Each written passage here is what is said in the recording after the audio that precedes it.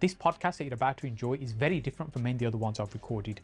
Ian, a former planning officer, spills the beans on the planning process, the challenges, but more so the opportunities on how to navigate and get around many of the planning challenges people face and get the results you want. He also shares the best opportunities that exist right now. In fact, this just turned into a pure masterclass. So let's go straight into the podcast now. To my mind, I'm speaking from my own experience of I needed people that could help me. Yes. Like I said before, I was drowning. Badger you. Yeah, I don't want to be badgered. In fact, the more you badger, it's Yes. going to get pushed away Yes. just by this. And it's not nice, Yes. but it's at a personal level. I don't want to be nagged every day. I want to be helped. Yes. Inconsistency is one of the biggest challenges. Like, very general thing I would say is that people that are at the beginning of their career are really eager, love it. Generally speaking, that's when some people find, oh, I had this amazing officer. Yes. He did X, Y, Z. And then they'll move on, do better thing or different things because being a planning officer just drained them.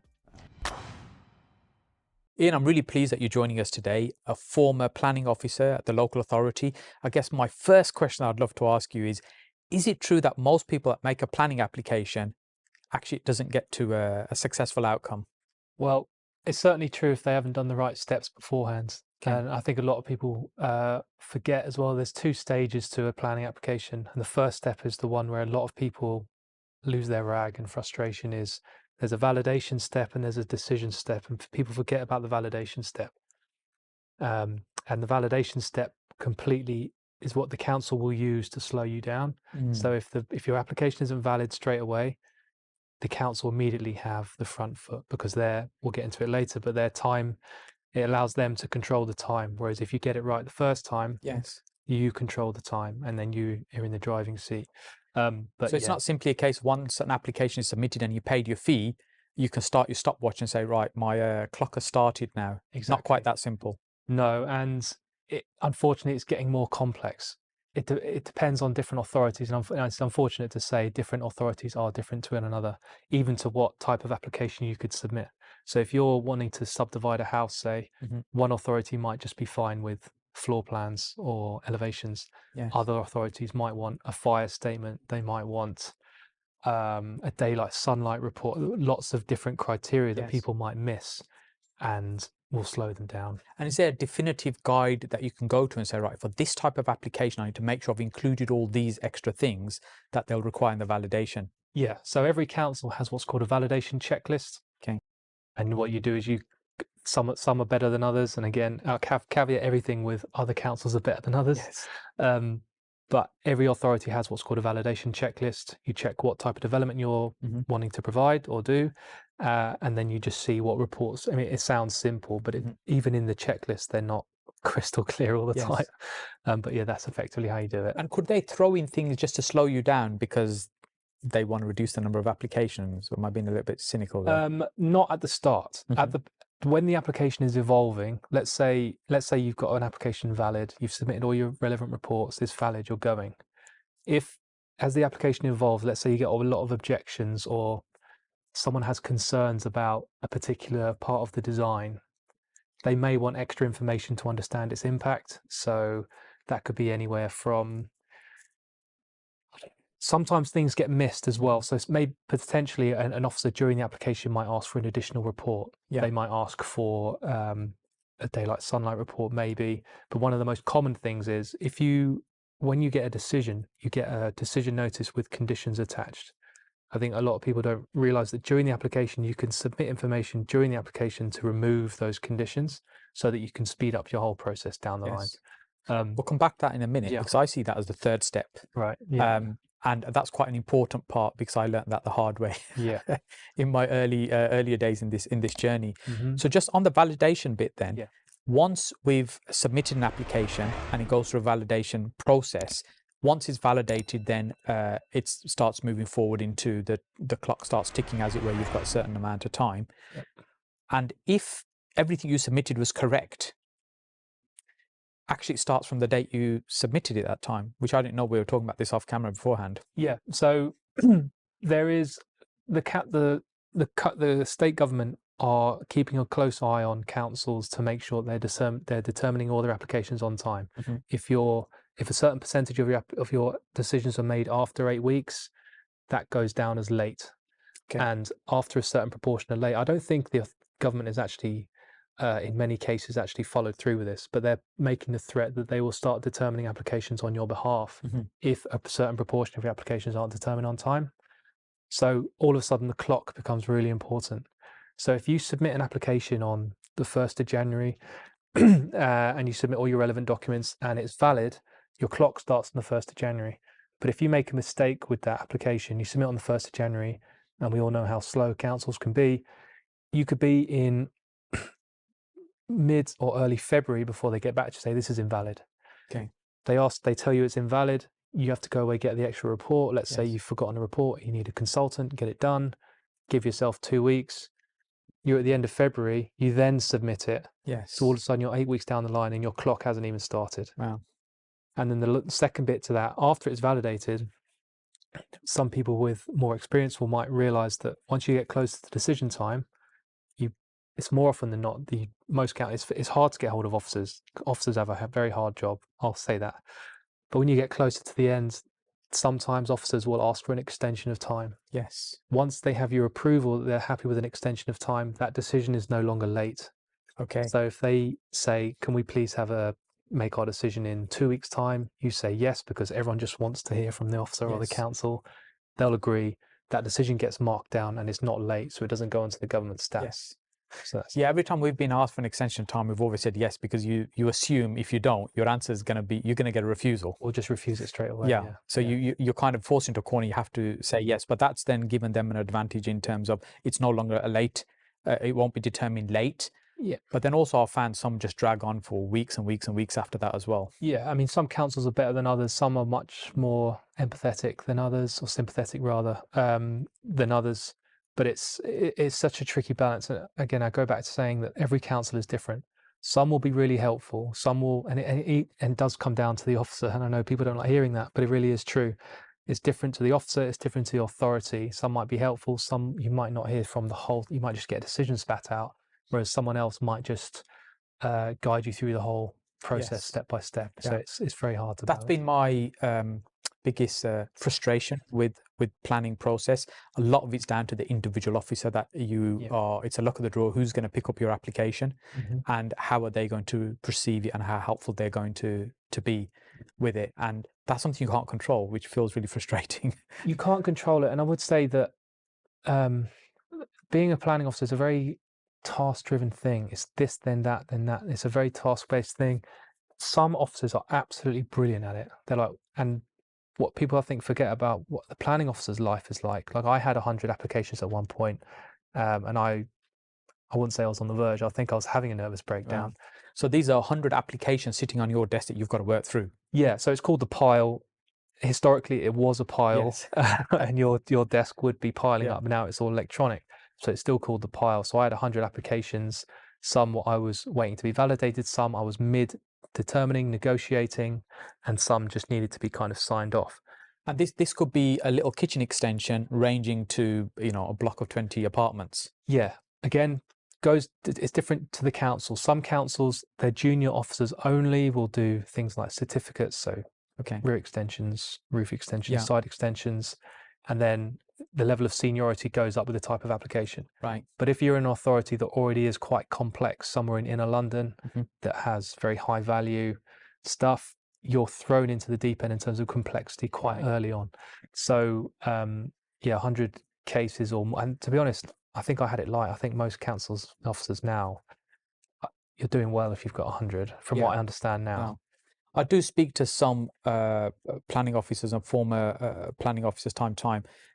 The common theme is they are really overwhelmed with the amount of work that they have to deal with and cope with. Yeah, and unless you're a certain type of person, planning officers don't last very long. And I think that's why, a quite common complaint is that, my officer has changed 5 times. It's not a very attractive industry to be in. Yes. A lot of people, if they do stay in planning, will go to the private sector, where they can effectively slow down. Yes. And work on bigger things. And earn more. And earn more, definitely. Sorry, I lost my train of thought. Yeah, so the officers in terms of moving out of their role from a local authority to private. Yeah, thanks. So it's a tricky job and some people can't handle it or they don't like it. A lot of people the job is very different to what they study. I studied planning, and it was all strategic, overarching, lovely stuff. Yeah. I still remember to this day, my first question I was asked on my first day at work was, can you do a planning history search on this site? Which might seem obvious to a lot of people here. I had absolutely no idea what was being asked. And it continued on that theme of got very technical, got very legally, got very wordy, and it's like, this is not what I expected. Yes. And then, because planning really is an area of law. It is. That's what it is. Although we think about development and stuff, but really it's an area of law. It's interesting as well, because when things do get more complex, they actually get solicitors and barristers involved. So before that, you're expected to be this kind of quasi-lawyer in certain places. When it gets really complex, they get the solicitors involved. Okay. So it's a very, unfortunately, in the system in this country, anything is up for grabs. It's not essentially like in other countries in America where it's zone-based, must have housing here. Right. There's an assumption in England around that. But in effect, you can argue anything you want. Yes. Even in a commercial area, this commercial building, you can argue this could effectively be anything. Yes. You've heard the phrase, your network is your net worth, and you'll also hear it in this particular podcast as well. That's because people in property recognize the importance of being connected with other people. Property is a people business, and that's the reason I've been running a networking event for over a decade now. Each and every month we bring like-minded people together, an opportunity for you to come along and meet some of those people and also learn from other people on the stage, learn from myself as well. So make sure you book onto the next meeting. We're on the third Tuesday of every month in Birmingham. Now let's get back to the podcast. And I know we're jumping around a little bit, but this area really fascinates me and excites me. People often talk about, well, the house next door, the one opposite or the one down the road has done this. So I'm assuming I should be able to do the same. And that's not the case. No, there's a few things to take into consideration. One is, the classic one is that if you're on a street, a terrace street, and someone has done some heinous extension down the road that's like, they had a lovely pitch roof and they've just turned it into a box. And the assumption is, oh, I can go and do that. But the key thing about that is, when was it done? If it, generally speaking, I'd say probably before the noughties, it was kind of the heyday where you could do most things. Now, there's basically councils are trying to claw that back. So they're trying to retain the quality of their built environment.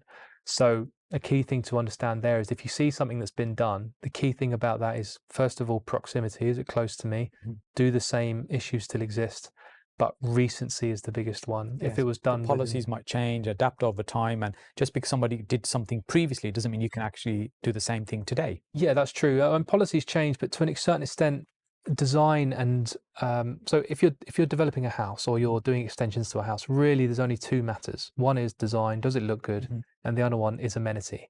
Is it providing a good quality of accommodation for the people in it, or is it impacting the people next door? Yes. And those are the things that generally stay true. It was just back in the 90s or before that where design wasn't considered as important or wasn't as protected as much. They were just more relaxed. More relaxed, yeah. And to be honest, there were fewer applications back then. There was there wasn't the pressure there is now and the volume of applications there is now. And both of those two things you mentioned are subjective.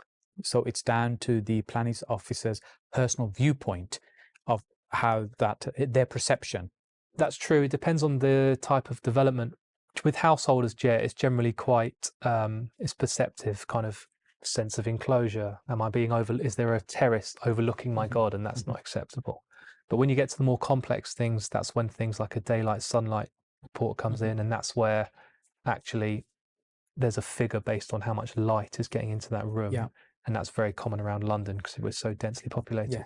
But with housing, with extensions to houses or conversions, it's very much the design. Does it look good? They'll probably get advice from a design officer, or they can do it themselves.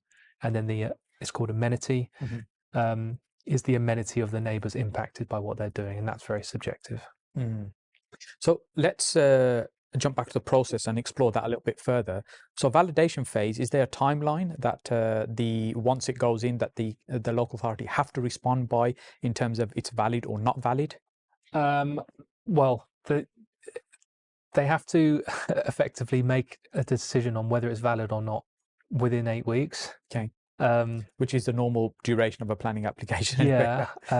So that's why when you get closer to that 8 weeks, I would say you'd start getting nervous that it's probably going to be invalidated because you've not had any communication, it's not been accepted at that point as an application. Exactly. And with applications, we'll get to in the process, but there's a 21-day consultation period. So even if they validated it on week 6, they haven't even got 21 days to consult the public before the 8 weeks is up, so they will have to extend the time frame. So there's a few processes involved with applications. There's the validation, you get it through. We've gone through all the validation part. And then one thing to say, actually, the validation process sometimes is done by the planning officer itself, or it's done by like a planning technicians. There's like a validations team. Right. Councils vary. Okay. So what can happen is that the technicians team might validate something because they've seen the reports, they've seen the drawings, but when an officer gets it, they say this is not valid because it's not. Okay, the officer may not agree with what the technicians have done. Okay. Yeah, I mean, it could say, the reports could say the right things in terms of titles, but the actual information in it might not be satisfactory. But other councils, actually, the officer does the validating themselves. So the idea is that they pick it up straight away. And the distribution, is that random in terms of who picks up what applications? Or it can be area-based. A lot of councils are either like north and south, east and west, or east-west central, and they will divvy up applications within those areas. Some authorities will just take off the top of the pile, right? Depending on its complexity. Yeah. Okay. So let's talk about the process. And once it's been validated, what's the steps and what happens then? It's been validated. Because that's a bit we sit and start twiddling our thumbs. We don't know what's going on. Yeah. So the clock starts. Everyone's kind of getting excited. So straight away, what happens is the council receives it. It's validated. When they validate it, they will then send out a press notice and they'll put out a site notice. And that is the statutory time frame. Once it's publicised, they have 21 days to, that process has to pass before the council can make a decision. So in theory, you could submit on day one, it gets validated on day one, and in theory, you could have a decision 3 weeks later, in theory. Obviously, that whole time frame is stretched out, but that's what happens. So in that 3-week time frame, the public gets notified, and also, depending on the type of application, try and give an example to make it easy to understand. So let's say you're doing a really big rear extension and you're going to impact a tree, say.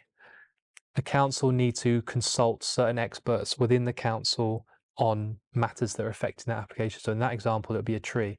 So a tree officer. So they're consulting the public, and that's also when the consultation internally starts. So they'll talk to a tree officer. The tree officer has their own time frame, has their own workload, their own pile. So I would say, just as a riff, is like the fewer matters that you can get into a planning application, the better. Because each matter, let's say there's a transport, trees, heritage, daylight, sunlight, each one of those matters has an expert or a person looking at it, and they all have their own time frames. Yes. And I've countless times where I'd had an application, I was ready to go, and I was waiting on a heritage advice or conservation advice. And that can be a determining factor. Your officer could be up to speed and be going, but they'll never throw their officers under the bus. Yes. So, yeah, the fewer matters, the better for you. So there's 21 days. You wait for those officers to give you advice, to give feedback. They may ask for additional information that we talked about before. They may say it's okay, or they may say it's totally unacceptable. Right. And then the officer does with that what they can. And because they've got 100 other cases, they may take time. And what is the process that the officer goes to once they pick up the application? What are they looking for? Well, you mean it's been validated? Yes. And so what the next steps? What are they doing? They want to make sure they understand what the development is. So one of the key things that happens between a technician and planning officer is the planning officer might not agree with the description of development, which is really important because the public need to know what's being consulted on. Because it could be quite vague what the description is and not really describing what's happening on that site. Yeah. Some councils have different formats of how they describe applications, but that's effectively what the officer's doing. In the initial stage, do they understand the proposal? Are the drawings clear or are they not? That's their initial phase. And then they'll let the consultation process run until they get feedback to do the next thing. So initially they're picking up to look at it, to kind of sense check it, and then sending it out for the various consultees to come back to them. And nothing's really happening during that time as such. Not really. Okay. No. Move on to the next application at that point. Yeah, moving on. And the application then, is there anything that we as the people making the applications should be doing to make that process easier for the planning officer? I'm thinking about quality of drawings, 3D drawings, and quality visualization, stuff like this. Absolutely paramount. Quality drawings are so important. It makes even people that don't really understand drawings, you just know good drawings when you see them. You can just, like a layman can understand them. I've had cases in the past where they're still doing hand-drawn stuff. Because there are technicians that still do hand-drawn and applications. You know that when you're asking for alterations, you're asking someone to redraw them, Yes. rather than mess around with a saved file. Yeah. But I would say drawings, having key drawings is paramount. One of the jobs that I did as a planning officer, as a planning consultant, this is generally reserved to when you're doing bigger things. Make sure that your message through the application is consistent. So what planning consultants would do is they would have a sheet to say, this is the address, this is what we're applying for, these are all the project broken down, and that needs to be consistent across all reports. Because don't forget that each officer, say a transport officer or a heritage officer, they're getting their various part of the report. Yes. They're only looking at one thing. Yes. And if they're looking at they're not reviewing the whole thing, they're just interested in their component. Like the tree chap is only interested in the impact the tree is going to have on that site. Exactly. So if that information is not coherent and clear across all of those reports, the tree officer might get a different understanding of what you're proposing. Yeah. It's your planning consultant can do that for you, but it's just an important thing to know to make sure that your messaging is clear. Messaging is so important. You don't want the council to come back on anything that's unclear or incorrect. It needs to be crystal clear for them. Yes. To reduce this time frame down, I mean, everyone makes mistakes, but if you can reduce them down, to boil the matters down to a few things, and just make it as simple to understand as possible for the officer, then you're in the best place you can be.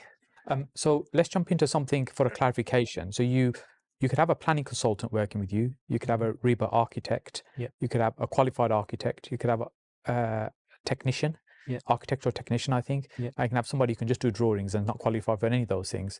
So who do you use on what project? I mean, it really comes down to to be honest, your preference and the complexity of the scheme. If you're Berkeley Homes and you're doing 150 units somewhere, you want a proper architect. Yes. If you're doing a rear extension to a house, a CAD technician is fine.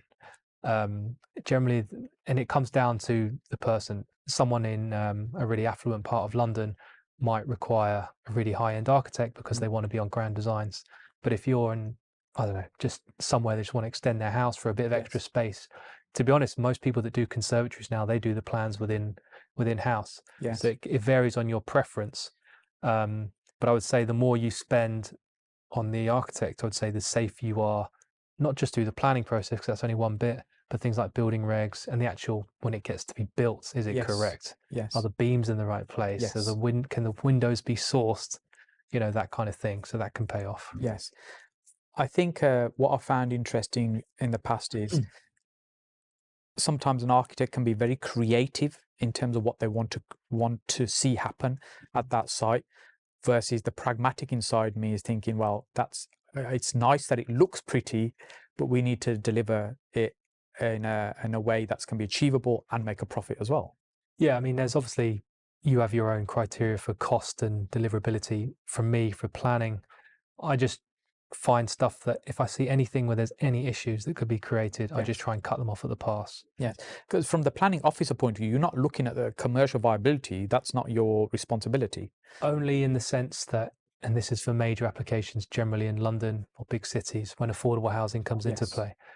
Some councils, the officer checks the viability stuff themselves. I still to this day don't know how they do it because it's really complex. But a lot of authorities now, because it's so important, they actually outsource a viability consultant that will pore over your viability information to check all that. And it's a significant revenue source as well, that portion. We're kind of jumping around a little bit like a affordable housing element. Yeah. I mean, it's not a revenue source for the council, though. I mean, it's like a very... If they're negotiating that off, can they negotiate some of the affordable housing off and pay... Yeah, so the general rule of thumb for affordable housing, every council wants, and this is true of London, this is my main experience, they want affordable housing on site. That's the number one thing. Even if so there's on site, there's off site. So if you have another site where you can say, we're going to do private here, but we've got this other site where we'll do affordable. And then the last step, which most councils don't want, is a payment in lieu. So you'll just provide a lump sum where the council... That's what I was thinking of, but they prefer not to do that. They prefer not to because the council effectively still has to go and find the site, buy the site, deliver the site. So that money has to be allocated for that purpose. It can't disappear somewhere else in the coffers. Yeah, exactly. Yeah, it's all bounded by the Section 106 agreement. So when you have things like affordable housing or any contributions to a scheme, there's a Section 106 contract agreement, and there's very clear definitions of what it can and can't be used for. Sometimes it's must provide affordable housing on this site, or sometimes it's within this ward or within this postcode. It comes down to the definition within the legal agreement. Yes, and just whilst we're doing those, so let's talk about 𝗏 and Section 106 is what they are and the relevance of those. So 𝗏 is a per square meter contribution that you provide towards infrastructure. It's called the Community Infrastructure Levy. Community Infrastructure Levy. In London, there's two. There's a Community Infrastructure Levy, national, and there's also mayoral 𝗏. Local councils can also have their own 𝗏 as well. Okay. And that's for things like capital expenditure on things like schools, roads, that kind of thing. And that's just to the general pot. Then there's the Section 1. What point does that kick in, a 𝗏? What size developments, or when would it can be any. So if there's it depends on how much it's a floor space measurement. So if you're providing 50 square meters on top of a house, you pay 50 square meters in 𝗏. Depending on the authority and what their priorities are, I know in some councils there's no 𝗏 requirement for student housing, say, but there is on housing. Yeah. Generally, housing is always targeted as the one to take money from. So it's a per square meter measurement. Section 106 is anything that makes the scheme contributes to the scheme. So outside of the red line. So the red line is a location plan. So this table is the red line. And if you want a quite common Section 106 contribution is a contribution towards transport improvements. So the road network around it or the cycle network around it.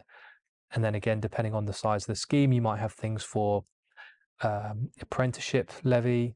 Affordable housing payment is always done through the Section 106 agreement.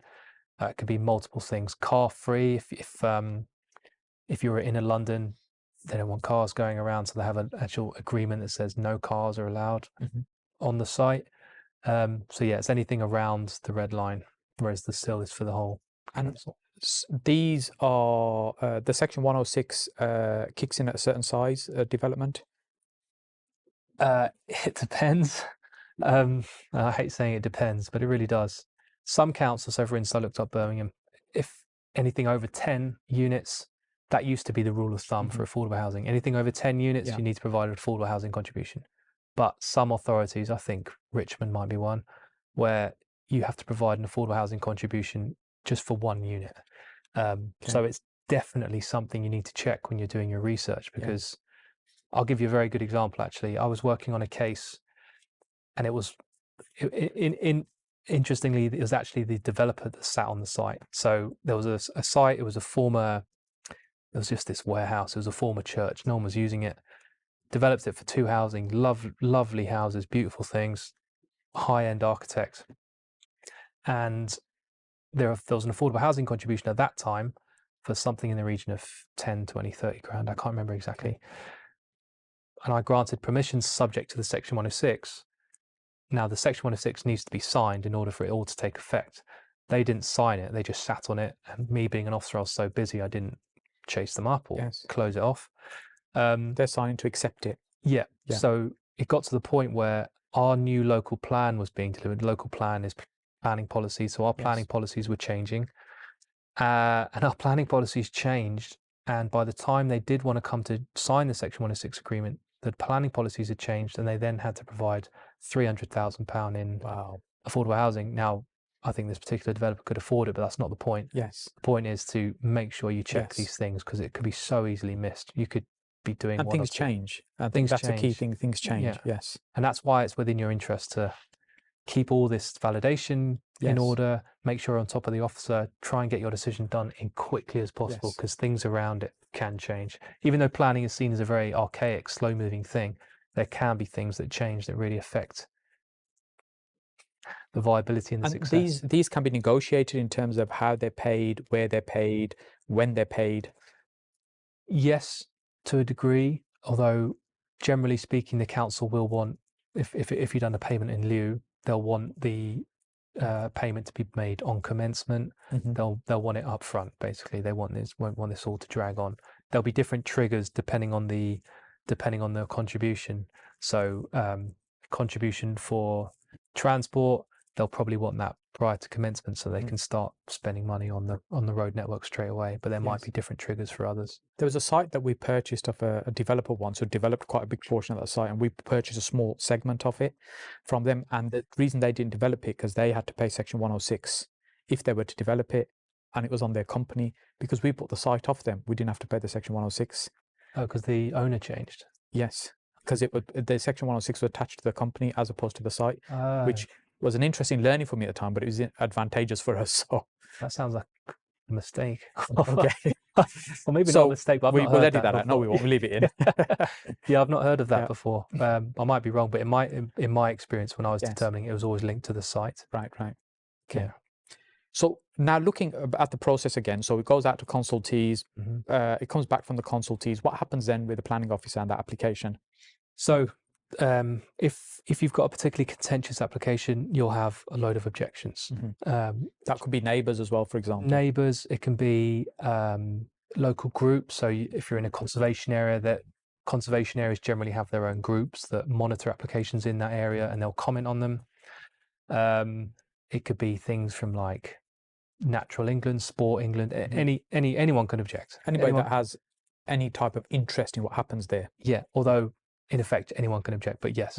And a good tip I would say is if you do get a lot of objections, one thing that's very helpful for an officer is if there are objections coming in, it'd be very helpful for you or get your consultant to do so after 21 days is a good one because they can object for as long as they want. But after 21 days is a good point to summarize all the objections you've had and then answer them in a report or in a sheet. Just say, Mr. Officer, Mrs. Jones has objected on amenity. This is why the scheme is acceptable. Because what the officer can do is use that for their own report. Right. You're making their life easier. Say, this is the reason why this shouldn't be an issue. Yeah, and it stops the officer having to chase you to answer it. If you're proactive and actually do it for them, you're onto a... Yeah, because you'll get a list of the objections that... they're all made public. Yes. And you get the content of them, so you know what they're objecting about. Okay, and some objections are just not going to be valid because somebody doesn't like the look of it. Yeah, so there are planning matters that you can object on. Now, design is one. You can object on the design, but it's subjective. The most common one is that this will impact I've just bought in this area and this is going to impact the price of my home, the value of my home. That is not a planning matter, even though it might be true. You've got to focus on the actual elements, and I've done a video in the past on how to object, because there are planning matters. Design is one. The biggest one, if you're an individual, is amenity. So is it impacting is someone peering into my bedroom now? Yes. Is my garden being completely overshadowed? Am I impacting on my outlook? Is someone building something on my horizon that I now can't see? Do I have a right to that? And then the groups will object on conservation grounds. So this is not acceptable because in this conservation area, XYZ is acceptable. But yeah, I would always say as an individual, focus on the matters that affect you most and focus on at the individual level to really impact, to also get the officer thinking, because the officer needs help. It's the same with an enforcement department. Enforcement department aren't going out looking for sites. They're requiring you to report on them. And it's the same with officers objecting on amenity grounds. You alert them to certain issues that might need rectifying during the application. And once the feedback is back from various consultees and other people that would have a view, what's the process then before the officer can then determine? They have to write the report, and depending on the scheme, depending on the council, the report might be long, or it might just be some councils actually put their report in the decision notice in an informative, like a very brief justification for the scheme. Why it's accepted. Yeah, but generally what happens is an officer will write a full report and it'll be what are the site and surroundings, what is the policy, what are the considerations that this application needs to be determined under, justify each one, blah, blah, blah, send it off to your manager for approval or senior officer for approval. They'll ask for reports and changes internally, most likely. They'll agree it, and then you can go about issuing the decision notice. Oh, and they'll also agree conditions between them. Yes. So we'll come on to conditions in a moment. Yeah. So let's say at that stage, if it's going to get refused, it could just get refused or approved on the time frame that it needs to.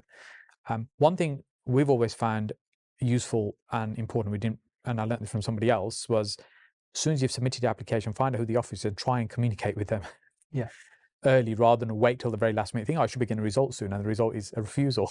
Yeah, absolutely. Some councils are very careful about telling you who the officer is straight away, and sometimes the council won't know. Like, it could just, if the technicians are validating it, an officer's not going to see sight of it for 5 weeks or whatever. But yes, definitely get onto your consultant, your officer, as quickly as possible. But it's very important, to my mind, I'm speaking from my own experience of, I needed people that could help me. Yes. Like I said before, I was drowning. Not badger you. Yeah, I don't want to be badgered. In fact, the more you badger, it's going to get pushed away just by this. And it's not nice, but it's at a personal level. I don't want to be nagged every day. I want to be helped. Yes. And I would say that when I was dealing with bigger schemes, the best consultants are very good at that.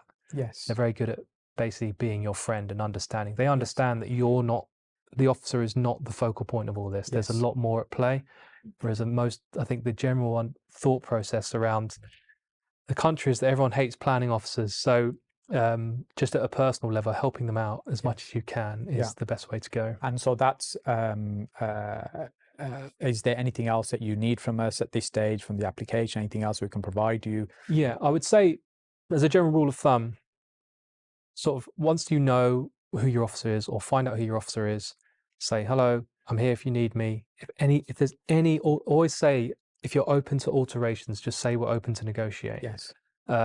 Because you know they're going to be receptive. I would say I wouldn't bother contacting your officer other than to say hello within the first 3 to 4 weeks.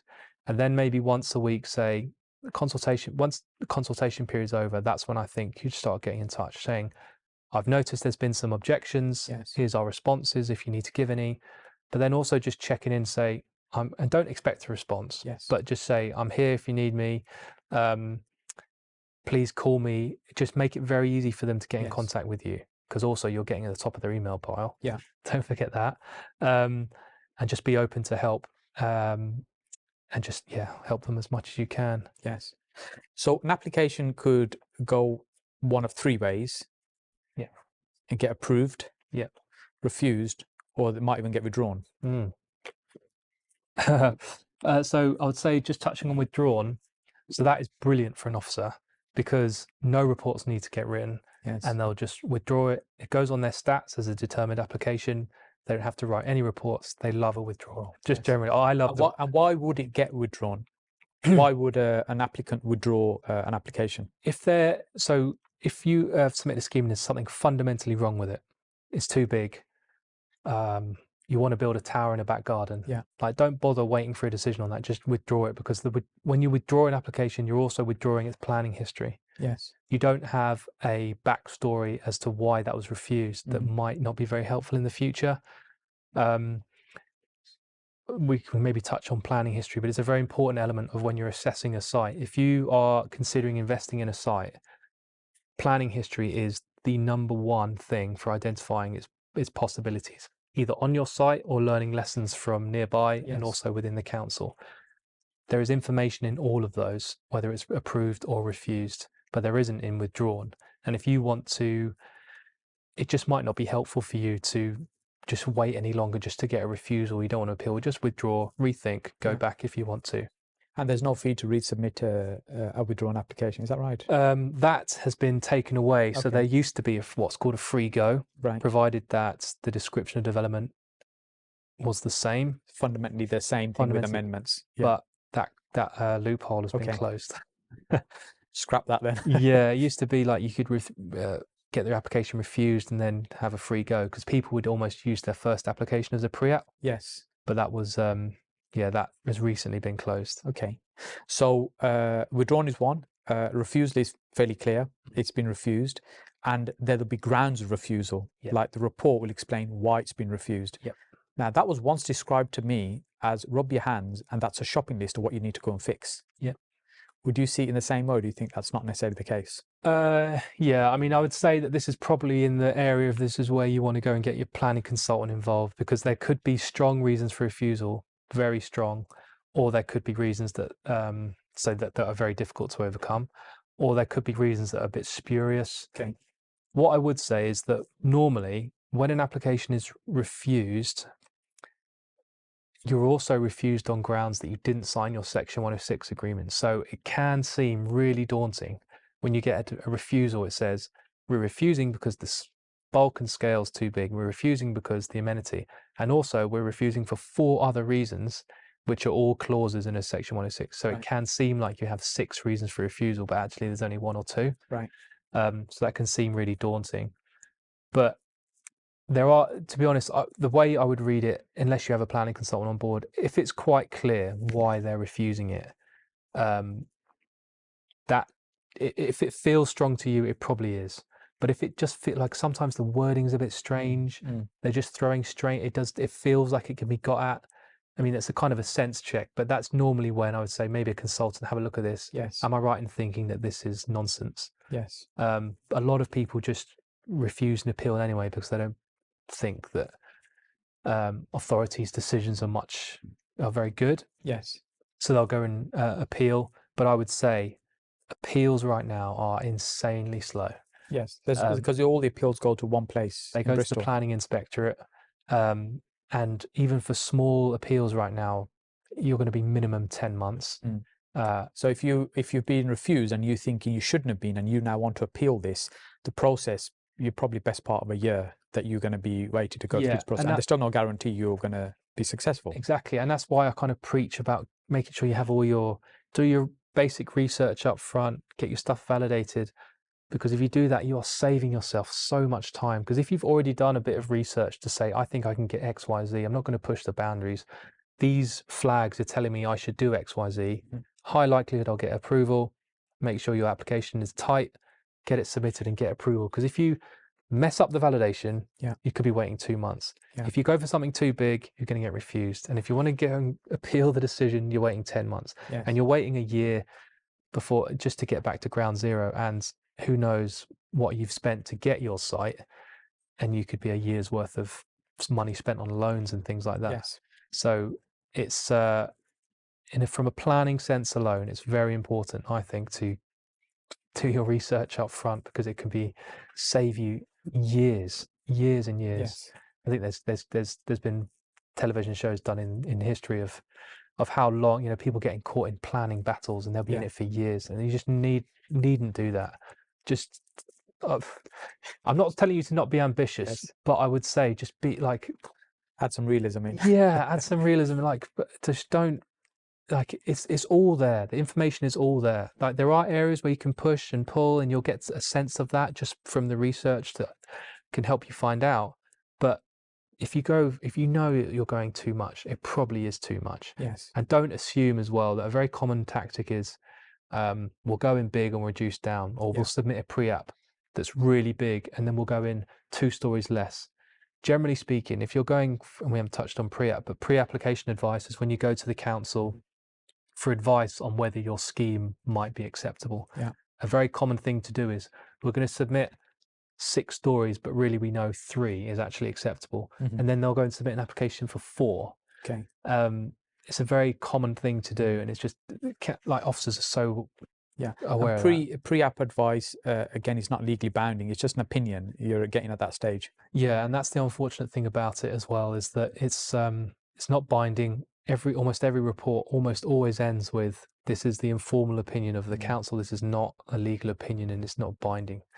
Which is not very helpful. Because personally, my view is skip the pre-app and just go with the planning application if you can start talking to the planning officer. And but again, being sensible, because that free go is gone. You've lost that opportunity to really push the boundaries. Why have they refused it? Let's negotiate down. It's now an expensive process and a timely process to keep doing that. So checking everything up front and avoiding.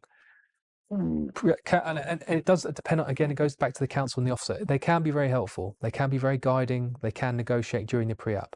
A lot don't. But what I would say now is, just as a general rule, is that councils are all having to think about how they could make more money for the department. Pre-app is one of the biggest sources of that. Councils are very aware that pre-app, if it's not worth the salt, then it's then people won't use it, like you've suggested already, which is a big problem for councils, and it's a big revenue earner for them. Some councils have really jacked up their pre-app fees recently. There used to be free pre-apps in the past as well.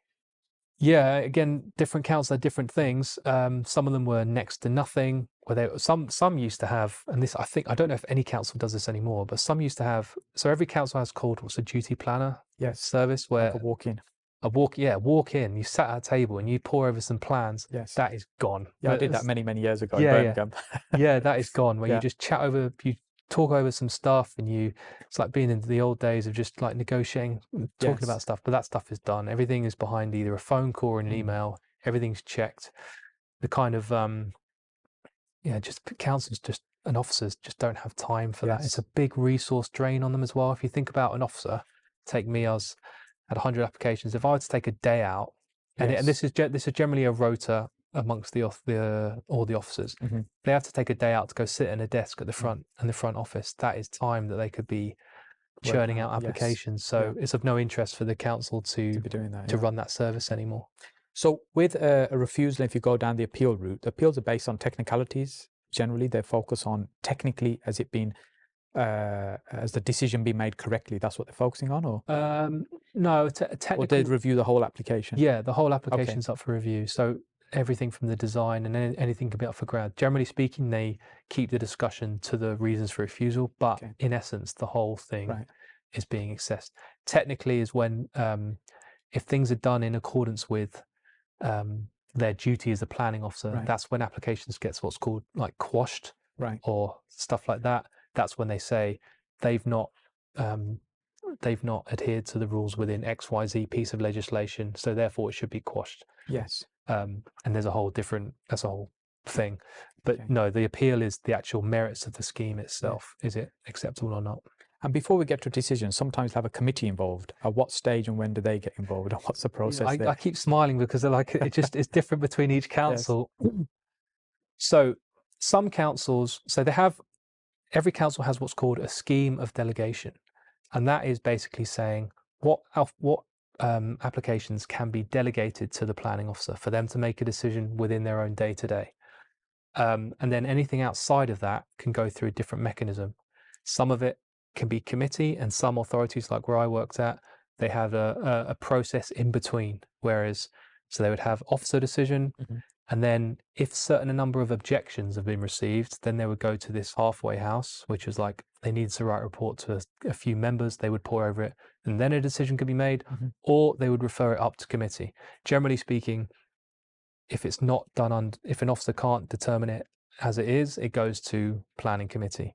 Planning committees are once a month, or every 3 weeks, and that's when elected members of the council go over the details of your scheme. And this is where I would say it gets very political. A lot more inconsistencies can come. Generally, what can happen, and I'm feeling the kind of planning eyes on me, but what can happen at committee is that a lot of committees have people on the panel that don't know planning. Yes, they're not. Their background is not planning. Their background is not development or property. Yeah, they'll have a role within the local authority. Yeah, sometimes they might be representing their residents' interests. If they're a good committee and they've been on the committee for a long time, they will just learn planning over the time, and they'll know what they can and can't refuse things on. But there is many cases of lots of applications being refused at committee, and then almost all of them being overturned at appeal. Yes. And then there's a duty on like the head of planning, or the head of development management, or the team managers. At certain councils, they actually do training for councillors to say, this is the fundamentals of planning. This is what you can and can't refuse things on. So if it does go to an appeal, let's say a committee refused you and you went to appeal and you incur significant costs, you could ask for those costs. If it's an unreasonable decision, it could still be that the decision was right. Yeah. But costs is when this was unreasonable behaviour by the council, and you can get your costs back. But that might not be the case every time. If there's a committee overturn, it might be very valid. Yes. Yeah. Okay. And so let's talk about an approval then, which is ultimately what we want. Yeah. We get an approval, but it can come with quite a lot of conditions. Yep. Let's talk about the type of conditions and different conditions you'd have. So you'd have conditions that are pre-commencement ones, post-occupation, etc. Yeah. So yeah, exactly right. So there are levels to conditions, and the critical thing about conditions. So when you have planning permission, you say you have a planning permission for XYZ house, and you'll have conditions attached to that. The first condition is the most important condition for the life of your scheme, because that will say this development must be begun in 3 years' time. Yes. So on the decision notice, there'll be 1st of January 2024, and then by the 1st of January 2027, you had to have begun that development. What that means is all of your pre-commencement conditions must be discharged. So you need to start your application. So in order to do that, you need to discharge all your pre-commencement conditions, and that could be things like recently I came across one like a carbon offset fund, like a contribution towards something, or it can be details of materials, or it can be cycle storage, whatever it is, it doesn't matter. They're pre-commencement, which means when you get your decision, you'll get your conditions. Those conditions you have to then apply to the council, which is a whole new application process. Yeah, it goes through the same planning process again. Exactly same thing. Although it doesn't necessarily, it gets consulted on, but it's the main heart of the scheme is done now. So you're dealing with conditions. They have to be discharged, and they have their own time frame. So bear that in mind. It happened quite a lot as a private consultant is that some developers would have like a month or two left on their decision, and like, I need to discharge my pre-commencement conditions. What do I do? And you're like, well, you're bang out of luck. Yes. Because you need to get them decided, and then you need to start it. So and there's a term like digging a trench, like meaningfully start it. So that can be build foundations, or doing something that clearly shows that you've started the scheme. Works has commenced. Like demolished, for instance, or something like that. Then your decision lasts forever in effect, which is a bit of a loophole, but that is very important legally. So the pre-commencement conditions are most important. And then there's other ones. And to be honest, triggers, councils can create different types of triggers, but some of them are things like above ground works or above slab works, prior to occupation. So for instance, prior to occupation one might be you need to provide cycle parking prior to occupation so that when people move in, the parking is ready. And sometimes there'll be post-completion as well. So there could be a post-completion certificate to submit.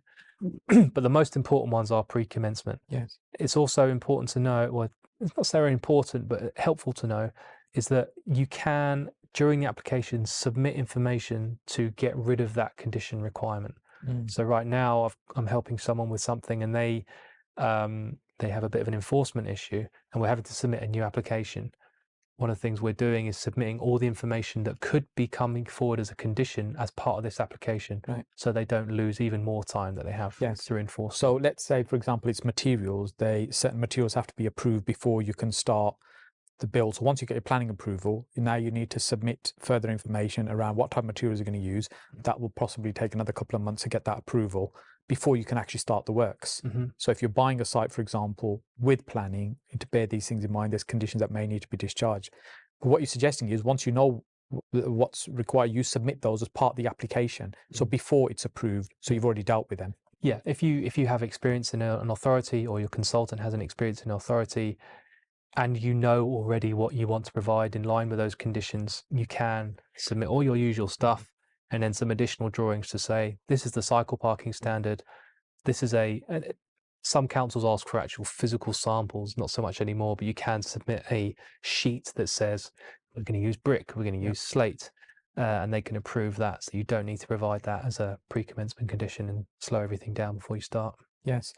And if you've got a planning approval, it doesn't mean that actually is necessarily something that you can actually build. We were talking about this off camera earlier as well. Yeah. Just because the approval's there, it doesn't mean it's buildable. Yeah. So we were talking about a situation where someone had obviously bought a site, saw that there was planning potential on it, got planning permission for that potential, sold it on to someone I'm now helping. There was a pre-commencement condition for carbon offset.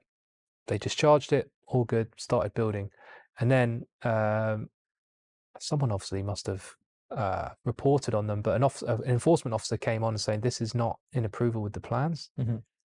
And it came to light that actually, like the detail of it, so it was a rectangular site, but towards the rear, the plot was narrowing. But the permission in place showed that the site was perfectly rectangular, which and key to that on that application was that there was a side access, a parallel side access of whatever distance. That sounds insignificant, but because the site was narrowing to the rear, it meant that that side access couldn't be delivered. Or if it was being delivered or being honoured, it meant that the wall had to change direction because in order to honour this 750 mil or whatever it was access. And then the officer was saying, the enforcement was saying, you're not building in accordance. Well, we're building out the permission. And it came to light there was an issue with the permission. Not only did, and you don't know who's at fault. The previous developer might have done it intentionally, or there may have just been a clear, like for instance, they may not have had a proper architect. They may have just had a CAD technician. They may have assumed that it was rectangular. I don't know. But it came to light that it wasn't, couldn't be built in accordance with the plans. The other element to this is that obviously the officer missed it as well. So there was a few errors. Now this is quite a exceptional case, I'd say, but it is a lesson in checking your permissions. Not only the conditions, which we've talked about, what are you liable for if you buy this site, but can it physically be built? Does it look right? Because I mean, or there could be conditions that are just not so easy to discharge. Potentially, are you thinking of any in mind? So, for example, this is a situation I heard from somebody else where they were looking at a site and it had planning permission, but there was an attached site next to it that for access was required. It actually wasn't owned by the same person. So although on the face of it, it had planning, they couldn't actually access it to build it in the way they needed to. So I don't know whether that was somewhere it was an oversight or what happened, or whether that was intentional by the person trying to sell it and hide what was going on. I mean, unfortunately, and this is generally people's major frustration with planning, is that it's inconsistency is one of the biggest challenges. Like, and you talked about why is it 2 doors down that they could do this and I couldn't. I mean, one of my first jobs, actually, I worked in advertising, and I remember there was a kind of this unwritten thing where we were doing quite a contentious thing. We were doing digital roadside advertising. Why is it that we can't get permission in X position, but then the council are submitting their own advertising for their own revenue, and they get permission? They get approved. So it was like, and I'm not saying anything was at play there, but I'm just saying that there is inconsistency. Lack of consistency, yes. Because in my experience, so it depends on your decision tree.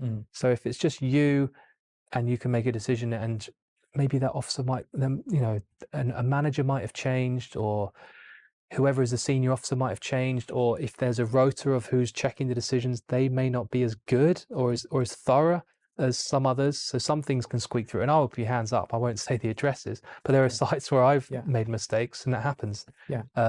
There human beings at the end of the day dealing with it, and like, if you're under massive amounts of pressure, sometimes there's going to be mistakes. It's human beings, but it's treated as though it should be a kind of machine output, that it should be. And the government is making steps to try and change that, to make it more automated, to make planning officers' lives better.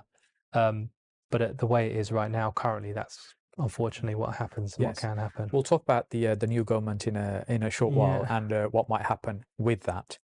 So when we are, planning fascinates me just as an area, and as I said before, really it's an area of law. As property developers, very few really understand it well. But there's so much profit that can be created through getting the relevant approval to a site that's not worth very much, and now it's had a change of use to something else. We can build something on it, and the value increases massively, and it's all literally a paper exercise. You've not even picked up a brick to do anything. And that's what really amazes me about planning, particularly in this country, the significant uplift you can create on property. Where do you see the opportunities right now on sites? Which type of buildings and sites do you think presents an opportunity in the current marketplace? Yeah, I mean, the level of what you can do under permitted development rights right now is insane. Yeah, because we haven't even talked about prior approvals and permitted developments. No. And these are essentially, just as a clarification for somebody that might be watching and listening to this is where you don't need to go through the full planning approval process. You are within your rights to do certain things as long as you do X, Y, Z. Yeah, this is kind of when I'm helping people, it's kind of what I kind of help them realize is there's risk to each level. Permitted development rights are the lowest risk, but because it is your right to exercise that permitted development. Yes. So for example, a certain size extension on the back of a house, you're able to do without going through the full planning process. Exactly. So there's different, so again, permitted development rights is something you can do without requiring full planning permission, but there are levels within that.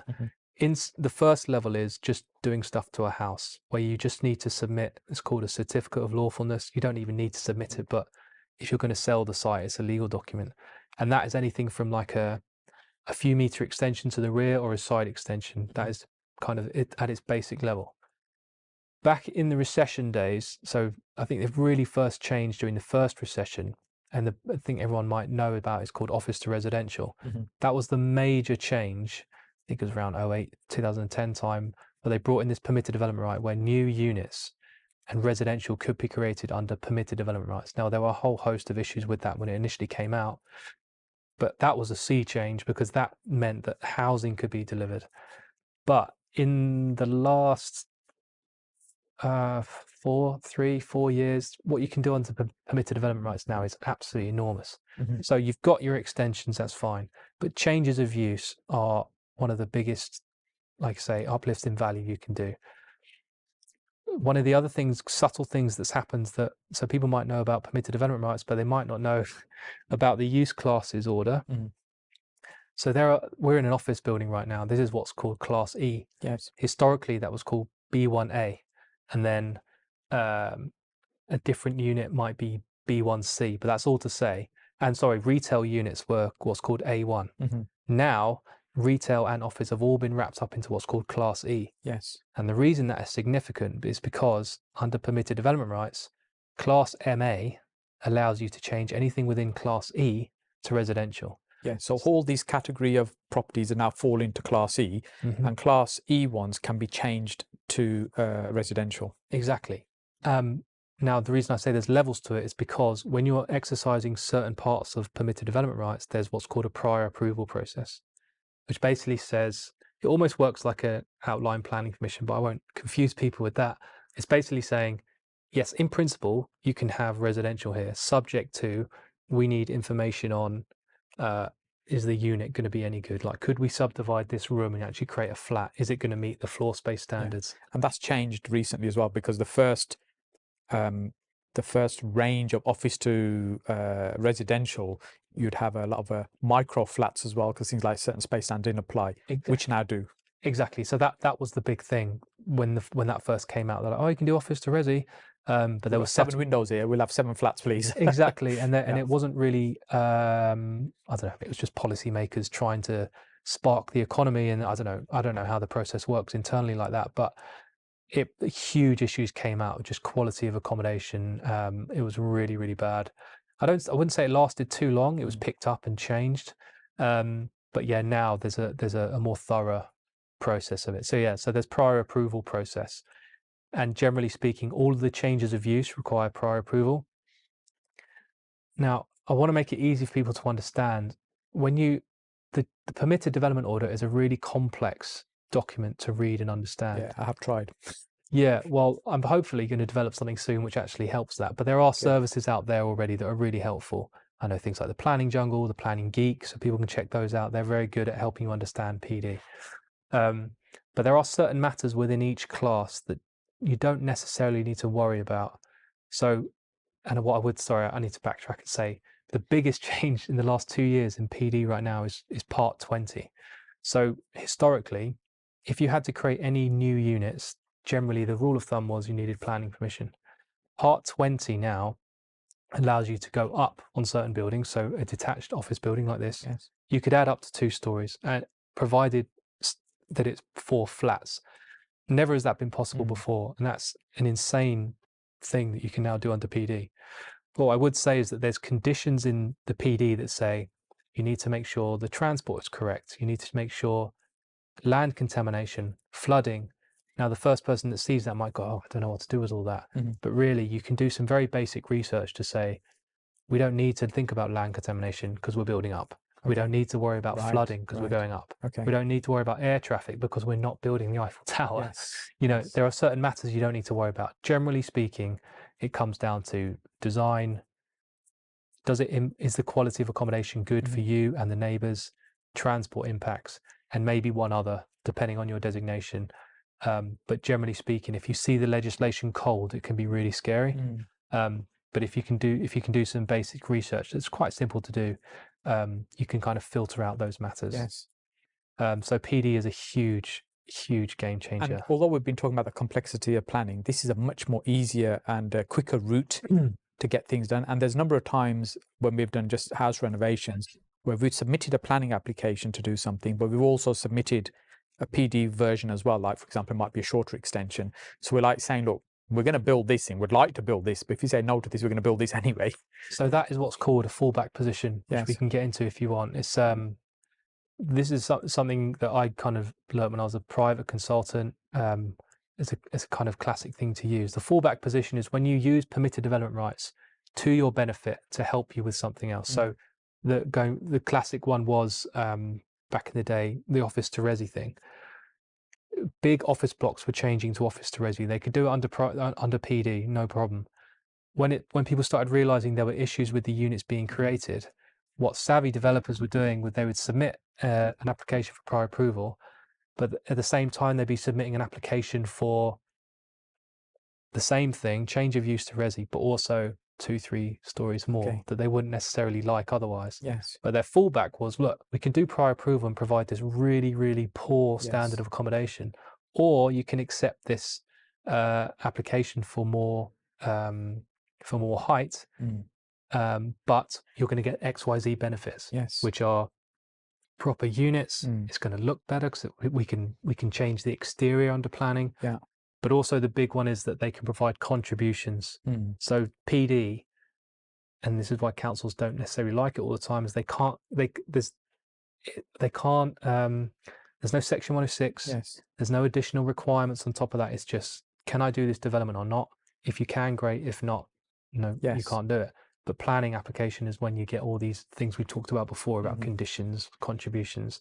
So it's much more beneficial for the authority to be able to control this planning permission than this PD that's not so controlled anymore. So that's what's the fallback position. That was a kind of classic example, but you can do it exactly as you just said.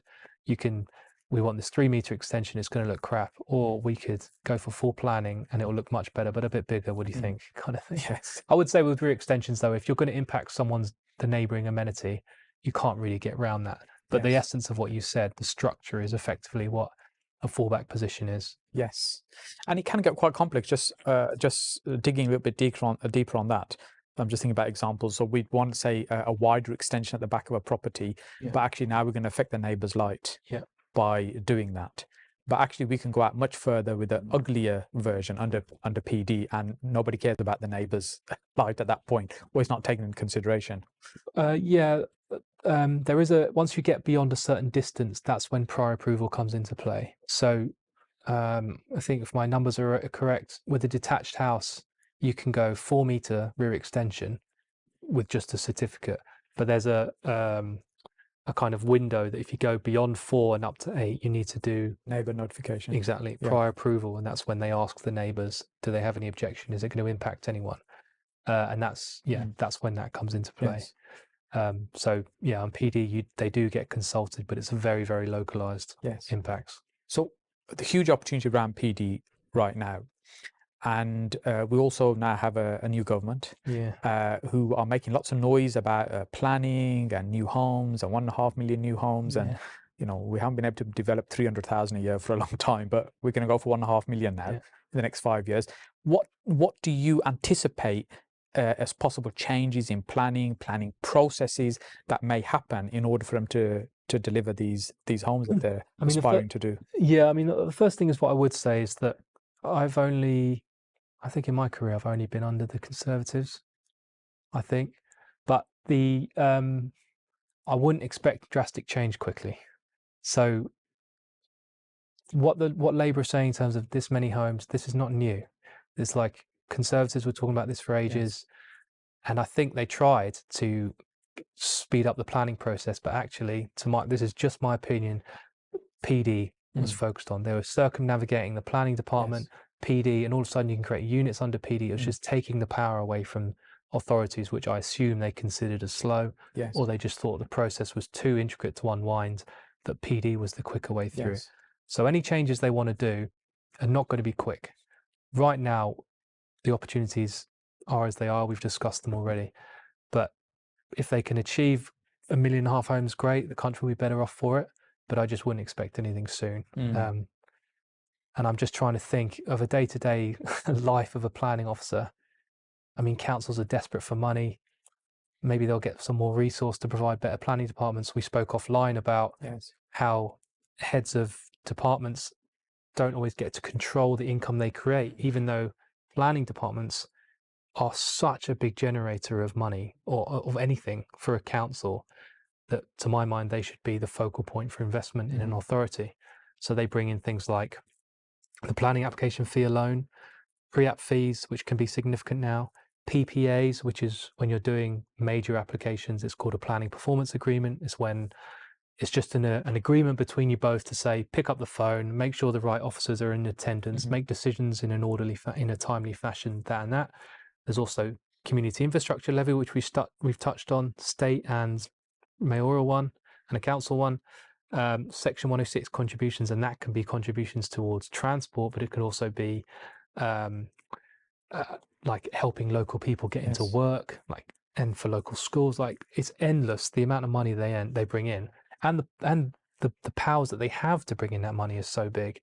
But departments are really struggling. So I don't know if they will sort this out, but as we all know, planning is in a really tough place.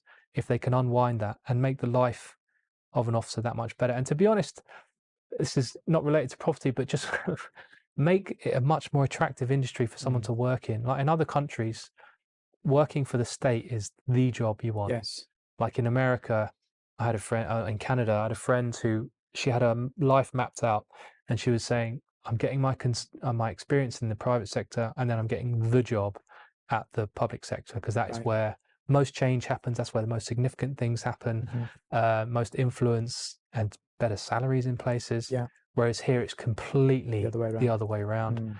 And you're almost seen as, within the industry, certainly when I moved to, so I was a private consultant, I moved to be a planning officer. You're not looked on favorably when you're a planning officer, I would say. And that really, to me, has changed. I think bringing pride back to the industry, because you're fascinated by it. It is a fascinating thing. I mean, we're changing stuff that's in our everyday. And these changes will probably be here 50, 100 years long after we're gone. They'll still be here. Exactly. And we talk about stuff that happened decades ago as well. It's a fascinating topic. So anything they can do to bring pride back and bring people involved in it, right people, smart people, ambitious people. Because it creates a brain drain as well. When people do it for a short period of time, they might be amazingly skilled people, but then they just jump ship as quick as they possibly can, and then you think, who's left behind? I mean, I wouldn't call myself a genius, but that's certainly what happened with me. I couldn't be a planning officer anymore. A very general thing I would say is that people that are at the beginning of their career are really eager and love it.